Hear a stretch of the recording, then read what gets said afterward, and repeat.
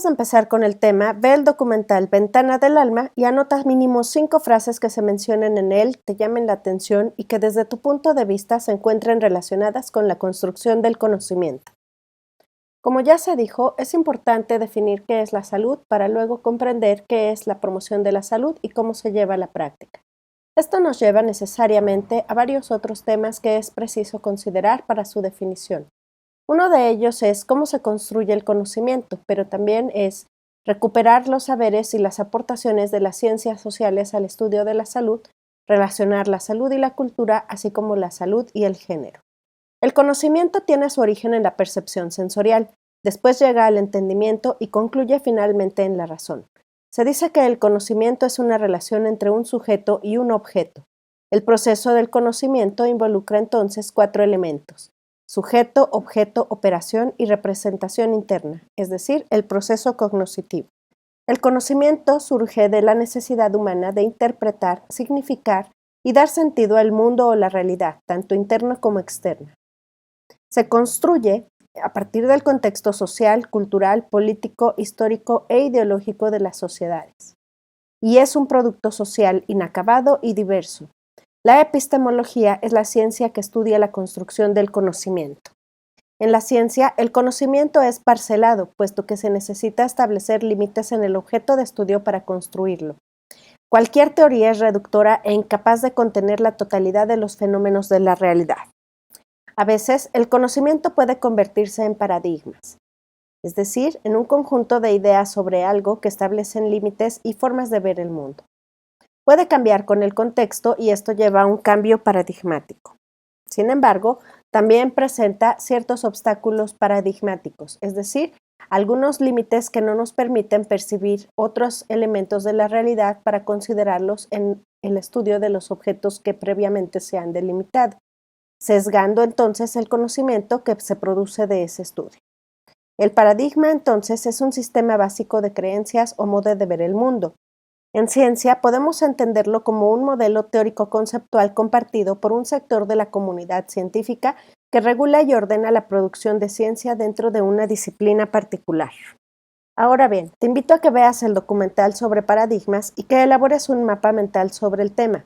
Es importante que tomes nota de su definición, características e implicaciones. Posteriormente, busca el texto o algún video que hable sobre la caverna de Platón. Identifica la idea principal del texto, menciona 3 cadenas actuales, explica cuál es la relación entre este texto y el tema paradigmas, explica la relación que se encuentra entre el texto y el documental Ventana del Alma, y por último, explica la relación entre este texto y la construcción del conocimiento. Ahora bien, además de entender cómo se construye el conocimiento, es necesario también establecer la relación entre salud y cultura, y para ello es preciso definir esta última. Clifford Geertz define a la cultura como pautas de significados. Afirma que la cultura se presenta como una telaraña de significados que nosotros mismos hemos tejido a nuestro alrededor y quedamos atrapados en ella. No todos los significados pueden llamarse culturales, sino solo aquellos que son compartidos y relativamente duraderos. La cultura no debe entenderse como un repertorio homogéneo, estático e inmodificable de significados, puesto que puede tener a la vez zonas de estabilidad y persistencia, así como zonas de movilidad y cambio. Los significados culturales se objetivan en forma de artefactos o comportamientos observables, llamados entornos culturales por John B. Thompson, y por otra parte se interioriza en forma de hábitos o de esquemas cognitivos o de representaciones sociales. La cultura es, entonces, la organización social del sentido, interiorizado de modo relativamente estable por los sujetos en forma de esquemas o representaciones compartidas y objetivado en forma simbólica, todo ello en contextos históricamente específicos y socialmente estructurados. Los significados y el sentido que se construyen y estructuran en los grupos siempre es el mundo y las experiencias que se viven en él. La salud, la enfermedad, la vida, la muerte, la sexualidad, el nacimiento, son todas ellas experiencias que el ser humano ha tenido en el mundo y sobre las cuales ha construido y estructurado una telaraña de significados que buscan darle sentido. Además de construir socialmente el sentido para dichas experiencias, se construyen prácticas que buscan aprehenderlas, es decir, manejarlas de algún modo en congruencia con los significados que se han construido. En cuanto a la acción colectiva, se concibe como un conjunto de prácticas sociales que a. Involucran simultáneamente a cierto número de individuos o en un nivel más complejo de grupos. B. Exhiben características morfológicas similares en la contigüidad temporal y espacial. C. Implican un campo de relaciones sociales, así como también de la capacidad de la gente involucrada para conferir sentido a lo que está haciendo o va a hacer. La participación en la acción colectiva comporta un sentido que no puede ser reducido al cálculo de costo-beneficio, ya que siempre moviliza también emociones. Según Bauman, la nueva indiferencia a la diferencia es teorizada como reconocimiento del pluralismo cultural y la política informada y sustentada por esa teoría se llama a veces multiculturalismo. Aparentemente, el multiculturalismo es guiado por el postulado de la tolerancia liberal y por la voluntad de proteger el derecho de las comunidades a la autoafirmación y el reconocimiento público de sus identidades elegidas o heredadas. Sin embargo, en la práctica, el multiculturalismo funciona muchas veces como fuerza esencialmente conservadora. Su efecto es rebautizar las desigualdades bajo el nombre de diferencias culturales. De esta manera, la fealdad moral de la privación y de la carencia se reencarna milagrosamente como belleza estética de la variedad cultural. Las necesidades humanas, de acuerdo con Max Neff, deben entenderse como un sistema de simultaneidades complementarias y compensatorias dentro de un proceso con características dinámicas. Las necesidades fundamentales se forman por necesidades de ser, tener, hacer y estar, y necesidades de permanencia y subsistencia como protección, afecto, entendimiento, participación, ocio, creación, identidad y libertad. Ambas se entrelazan en una matriz, por tanto, vivienda, alimentación y vestido no deben considerarse necesidades, sino satisfactores de las necesidades de subsistencia o permanencia, del mismo modo que la educación lo es para la necesidad de entendimiento y la salud para la necesidad de vivir. En todo caso, los sistemas de atención médico-sanitaria son satisfactores de la necesidad de protección. La pluralidad de las culturas está doblada por una profunda desigualdad entre las mismas debido a la estructura de clases y a su obligada inscripción en el orden de la cultura. En efecto, por un lado, la pluralidad cultural está conformada por una variedad de culturas minoritarias y subalternas frente a una cultura dominante que por comodidad podemos llamar occidental, criolla o mestiza. Y por otro lado, esas culturas minoritarias, y particularmente las indígenas, siguen siendo discriminadas tanto en la vida cotidiana como en el discurso oficial como inferiores, premodernas y frecuentemente como obstáculos para el desarrollo. A partir de lo anterior, ve el documental María Sabina, Mujer Espíritu, identifica aspectos del documental que ejemplifican alguna característica de la definición de cultura. Argumenta por qué lo consideras así. Identifica aspectos del documental que ejemplifiquen la relación salud-cultura y argumenta por qué lo consideras así. Por último, escribe una reflexión sobre qué relevancia crees que tiene este tema para la promoción de la salud. La siguiente actividad comenzarás a hacerla desde ahora, pero la entregarás en unas semanas. Pregunta a 15 personas qué es para ellas la salud y qué hacen para cuidarla. Deberás registrar las respuestas. Si las grabas, debes transcribirlas para su entrega posterior. Salud y ciencias sociales.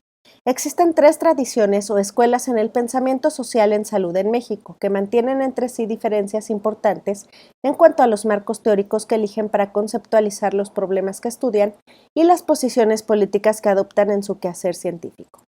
Esto ha llevado a sostener intensos debates sobre el origen de las desigualdades en salud de este país, así como sobre las políticas públicas que se implementan para resolverlas. Estas 3 tradiciones o escuelas son la antropología médica, la medicina social y la sociología de la salud pública. Las 3 han hecho importantes aportes teóricos y metodológicos para el estudio de los procesos de salud, enfermedad, atención, retomando categorías de análisis como la desigualdad social, la diversidad de prácticas, considerando también la dimensión subjetiva de dicho proceso tanto con los sujetos individuales como sobre todo los colectivos. En cuanto a la tradición médico-antropológica, existen estudios sobre las formas en que se articulan las diversas instituciones que actúan sobre la salud y la enfermedad. Ha impulsado una serie de trabajos sobre el papel de las prácticas médicas tradicionales entre amplios sectores de la población mexicana. Un ejemplo de estos son los textos sobre Menéndez, en donde hace la distinción en 3 modelos de atención a la salud. Por un lado tenemos el modelo médico hegemónico, otro es el modelo alternativo subordinado y otro el modelo de autoatención. En estos textos, Menéndez se ha dado cuenta de los estudios sobre la forma en que se articulan las prácticas médicas alternativas, tradicionales y domésticas, junto con la medicina dominante. Por otro lado, la medicina social ha aplicado el análisis marxista en cuestiones de salud. Privilegia el estudio de la desigualdad social y de la forma en que dicha desigualdad determina los procesos de salud e enfermedad de las poblaciones y de las políticas públicas. Una de las autoras más reconocidas en nuestro país es Asa Cristina Laurel. La autora sostiene que la enfermedad no puede ser considerada simplemente como un estado biológico ni como la consecuencia mecánica de la pobreza. La salud y la enfermedad, sostiene, no pueden ser tomadas como dos entidades separadas, sino que deben ser entendidas como dos momentos unidos dialécticamente de un mismo fenómeno. De aquí deriva uno de los principales conceptos de esta corriente. Más que hablar de salud y de enfermedad separadamente, esta escuela tiene al proceso de salud-enfermedad-atención como su objeto de estudio. Y por último, tenemos a la sociología de la salud pública. Esta escuela se basa principalmente en la corriente funcionalista de la sociología, por lo que ha recibido fuertes críticas por parte de la medicina social en cuanto al uso de diversos conceptos que pudieran engrandecer más los problemas de desigualdad social e inequidades en salud, más que generar propuestas que aporten a su resolución. Al fundar el Instituto Nacional de Salud Pública, Julio Frenk contribuyó a legitimar el desarrollo de trabajos de investigación en salud desde una perspectiva sociológica. En la medicina social se adoptó el modelo obrero para realizar investigaciones sobre la salud de los trabajadores. Se trata de una estrategia de investigación que tiene como fundamento la aplicación de entrevistas colectivas, no individuales, entre los trabajadores de la industria, con el fin de generar información sobre los daños a la salud derivados de las condiciones de trabajo, promover la concientización al respecto entre los propios afectados y formular propuestas colectivas de solución entre los trabajadores. Las ciencias sociales han hecho importantes aportes metodológicos al estudio de los procesos de salud, enfermedad, atención. Gracias a esto, desde la década de los 90 ha tenido lugar un auge en los métodos de investigación cualitativos aplicados a la investigación social en salud. Existen algunos estudios sustantivos en salud y ciencias sociales. Por poner un ejemplo, tenemos los estudios en el campo de la salud reproductiva que se han centrado sobre temas como dimensiones sociales de la sexualidad, trabajo y salud reproductiva, sexualidad y el embarazo adolescente, derechos sexuales y reproductivos, mortalidad materna, atención del parto, VIH-Sida o aborto, entre otros. También existen estudios sobre subjetividad y salud, sobre violencia contra las mujeres y sobre políticas y utilización de servicios de salud. El proceso salud-enfermedad-atención es una construcción individual y social mediante la cual el sujeto elabora su padecimiento que condiciona los tipos de ayuda a buscar. La percepción de este complejo proceso es personal y subjetiva y solo puede comprenderse contextualizada en el universo de creencias, valores y comportamientos. La enfermedad es una dolencia personal y también una construcción social y cultural, ya que cada sujeto vive la enfermedad según sus características individuales y la construcción sociocultural particular del padecimiento, siendo su comportamiento para el cuidado o recuperación de su salud singular y dinámico.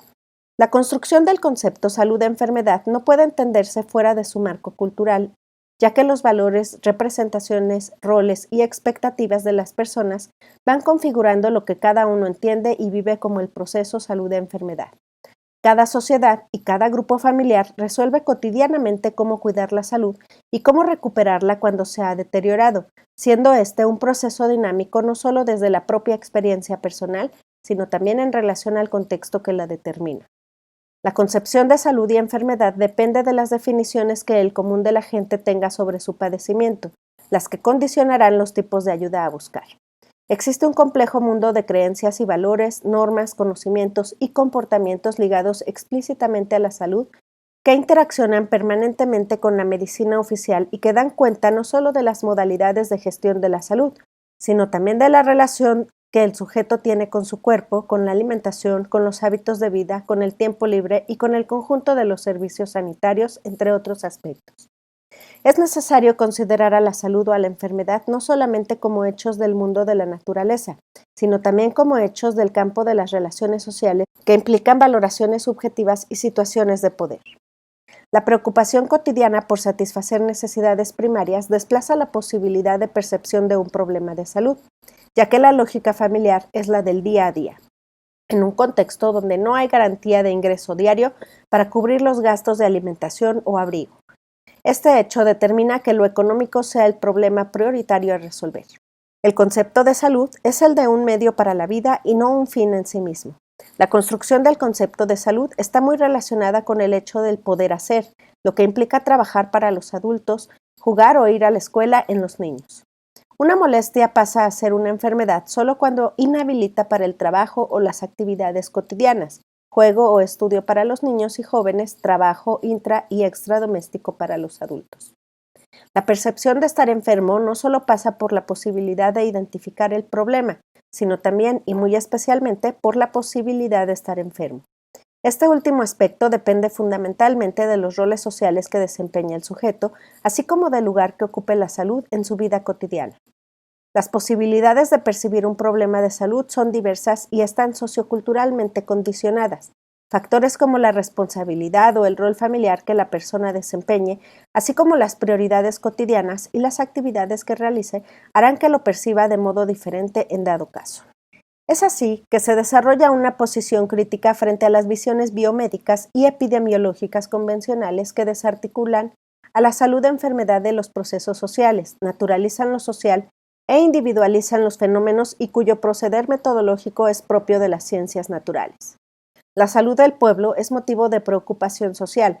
Las condiciones sociales y económicas tienen relación con la salud y la enfermedad, y esta relación debe ser motivo de investigación científica desde dos dimensiones.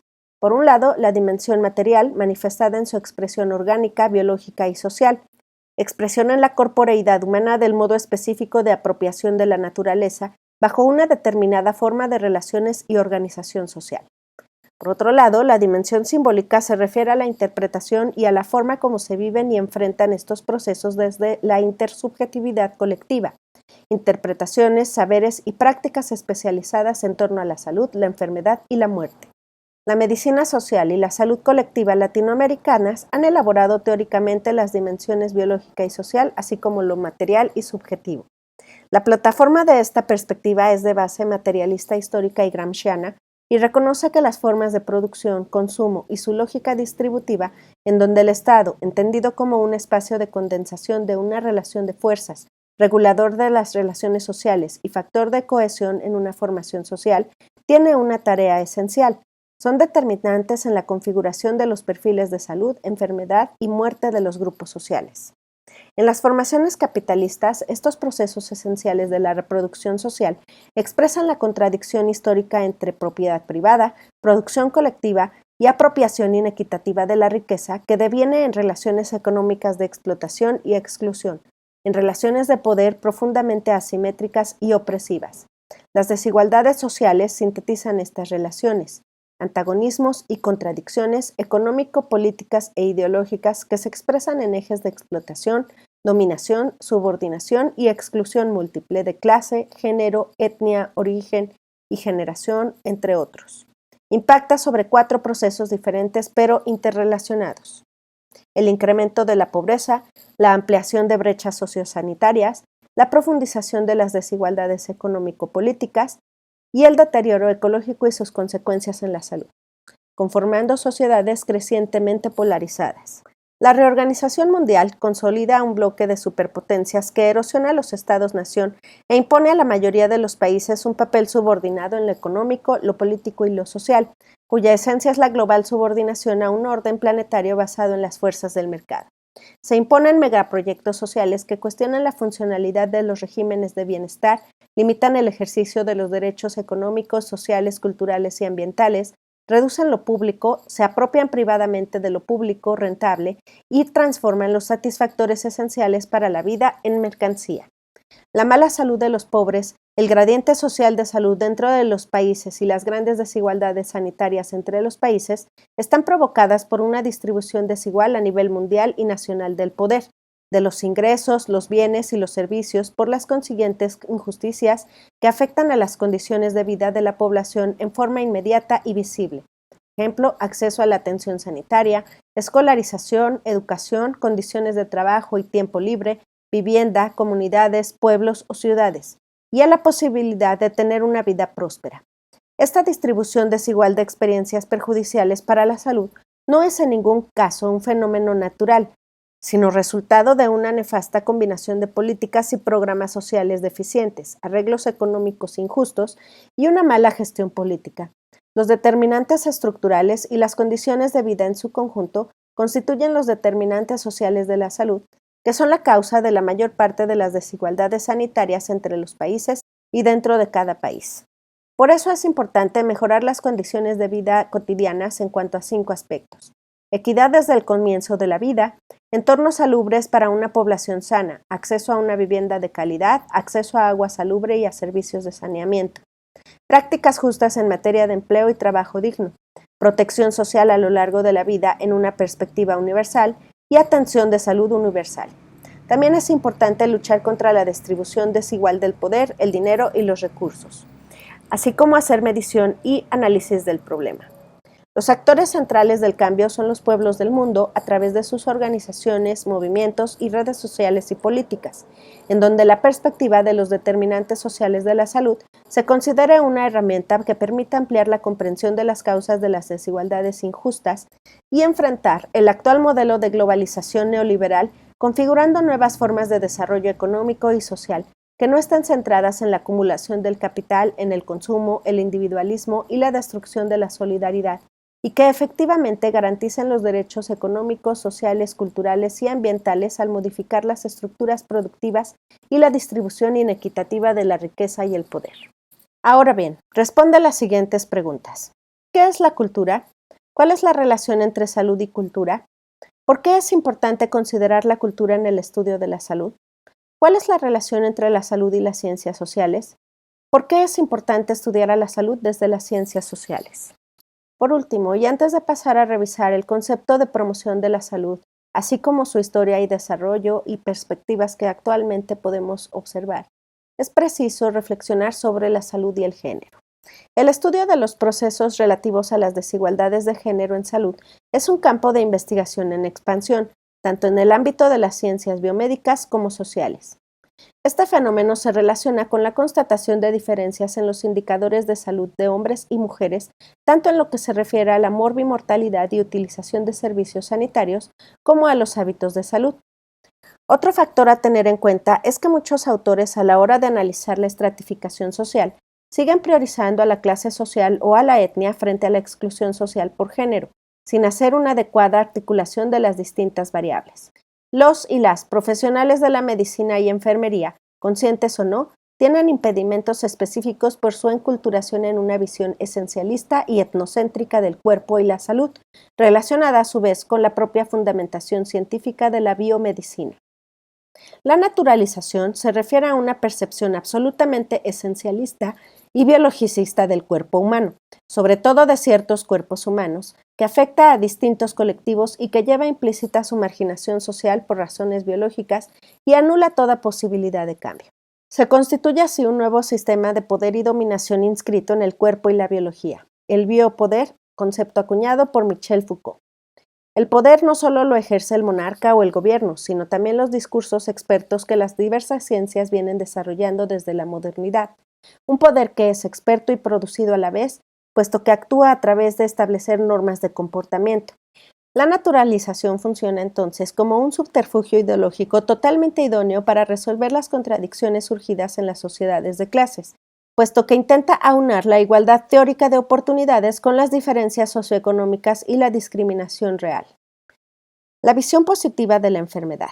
Se asienta en Occidente a lo largo del siglo XIX y plantea la definición médica de la enfermedad como desviación de una norma biológica, la doctrina de que existe una etiología específica de las enfermedades, la noción de que las enfermedades son universales, la idea de que la medicina es neutral y la dicotomía entre mente y cuerpo. Analizar adecuadamente las relaciones entre salud y género implica replantear y encontrar alternativas a estos supuestos. Comenzando por el primero, es fundamental contemplar a un mismo tiempo y de manera articulada las dimensiones biológica, social y cultural de las enfermedades. Así pues, es necesario distinguir entre sexo y género. El término sexo se utiliza para designar las diferencias físicas, anatómicas y fisiológicas de hombres y mujeres que se asocian a su capacidad de procreación. En cuanto al género, este concepto proviene del término inglés gender, mediante el cual se alude a la jerarquización de espacios y funciones sociales y la diferenciación en el acceso al poder implícitas en las ideas, representaciones y prácticas de hombres y mujeres. Esta nueva noción permite hacer una crítica política de las convicciones bioideológicas occidentales acerca de la subordinación de las mujeres. Uno de los problemas de esta diferenciación es que se ha afianzado la idea de que el sexo, es decir, la biología, es algo dado, estático, invariable, desde un esquema general de lo biológico como esencial, inamovible, y de que el género, es decir, lo cultural, es lo que se construye, lo que se modela socialmente. Desde la antropología feminista, la historia y algunos sectores médicos feministas, se está subrayando el carácter de construcción cultural e histórica de la noción de sexo dominante en nuestra sociedad. Son las desigualdades sociales, el género, las que interpretan y explican las diferencias biológicas, es decir, el sexo, de una determinada manera y no al revés. El concepto occidental de sexo se ha construido y se construye desde una mirada totalmente jerárquica, dicotómica y heterosexual del cuerpo humano y de las relaciones sexuales. Y este modelo de dos sexos condiciona la manera de percibirnos a nosotros mismos y de percibir social y médicamente a hombres y mujeres y viceversa. El género es, para Butler, efecto de un conjunto de normas y prácticas que regulan la identidad e imponen un modelo de heterosexualidad obligatoria, pero las identidades femenina y masculina no son ni uniformes ni estables, sino que se encuentran en un permanente proceso de construcción y por consiguiente pueden ser resignificadas. El género se convierte en algo que se hace en vez de ser algo que se es.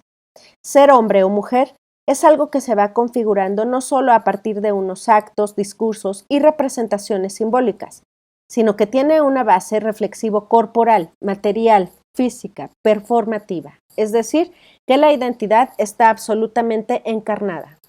Las mujeres han sido contempladas como meras reproductoras biológicas.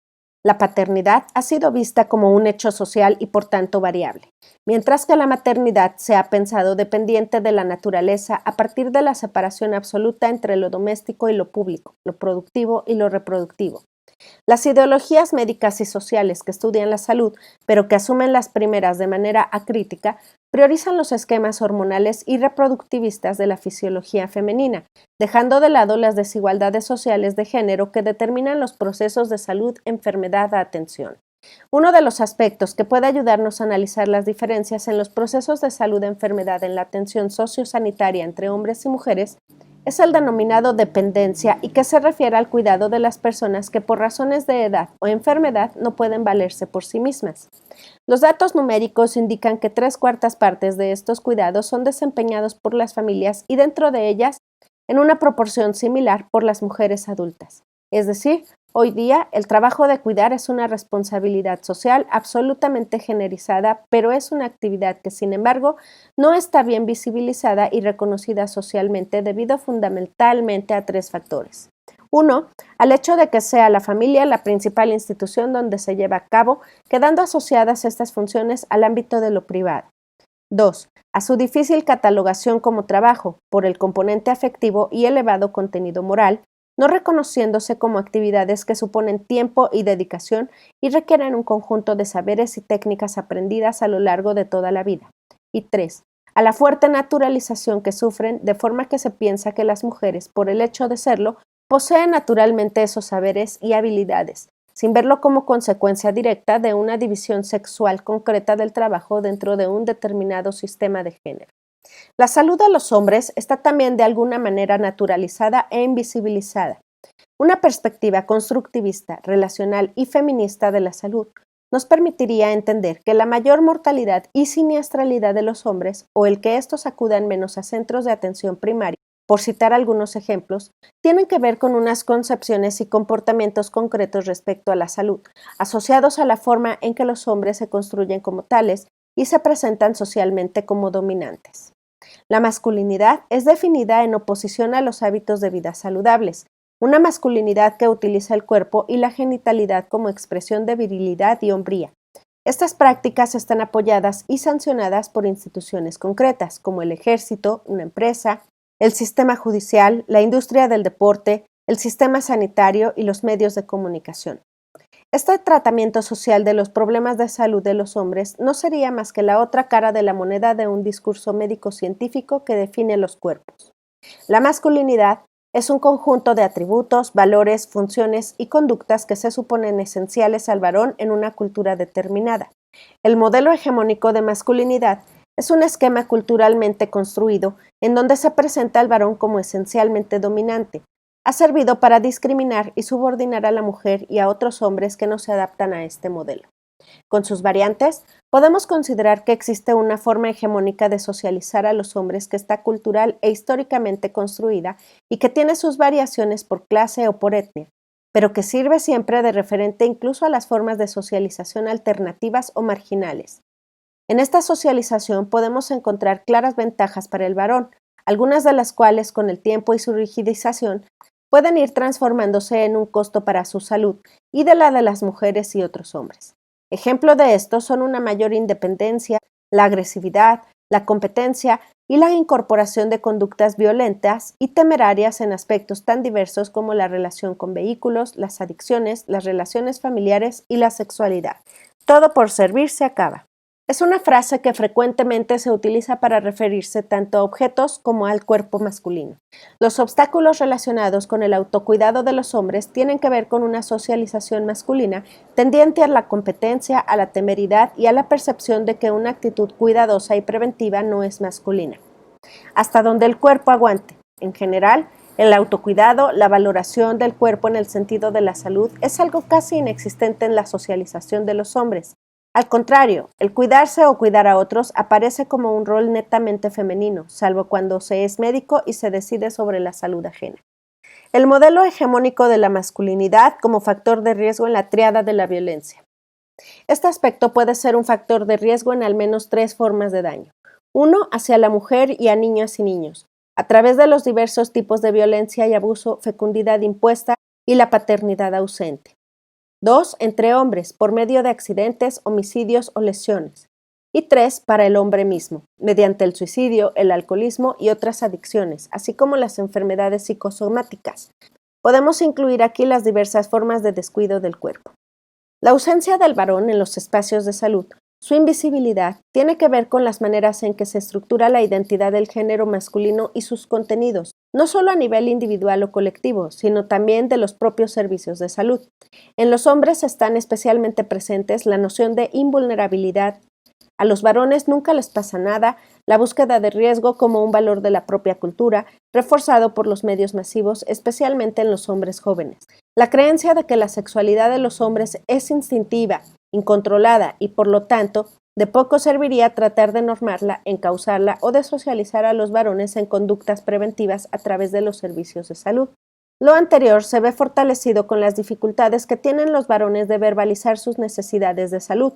Los hombres en general no hablan de sus problemas de salud, porque constituiría una demostración de debilidad, de feminización frente a los otros y otras. Ello denota una feminización de la noción del cuidado de la salud. La imagen que tienen los hombres de los servicios de salud, según un estudio reciente, es que estos son para ancianos, mujeres, niños o para enfermos. Y los varones consideran que no caen en ninguna de esas categorías, por lo tanto, les son ajenos. Lo planteado hasta ahora puede permitir pensar en la posibilidad y necesidad de una política de salud que aborde la especificidad de lo masculino en nuestros países. Esto probablemente aparezca como políticamente incorrecto cuando nuestros gobiernos apenas empiezan a aplicar la perspectiva de género a los programas dirigidos a las mujeres. Sin embargo, la perspectiva planteada para atender los problemas señalados tendrá no solo efectos sobre la salud masculina, sino también sobre la femenina, por ejemplo, al disminuir los efectos de una muerte temprana en la familia, los estragos del alcohol y otras drogas o el grave impacto de la violencia en sus diferentes formas. A partir de lo expuesto en el video y de las lecturas de los textos para este tema, responde a las siguientes preguntas. ¿Cuál es la relación entre la salud y el género? ¿Por qué es importante estudiar a la salud desde una perspectiva de género? ¿Qué diferencias existen entre sexo y género? ¿A qué se refiere la construcción social del género y cuáles son sus implicaciones en la relación con el propio cuerpo y el autocuidado? Ve el documental Ramo de Fuego e identifica aspectos del documental que ejemplifiquen la construcción social del género. Argumenta por qué lo consideras así. Identifica aspectos del documental que ejemplifiquen la relación salud-género y argumenta por qué lo consideras así. Por último, escribe una reflexión sobre qué relevancia consideras que tiene este tema para la promoción de la salud.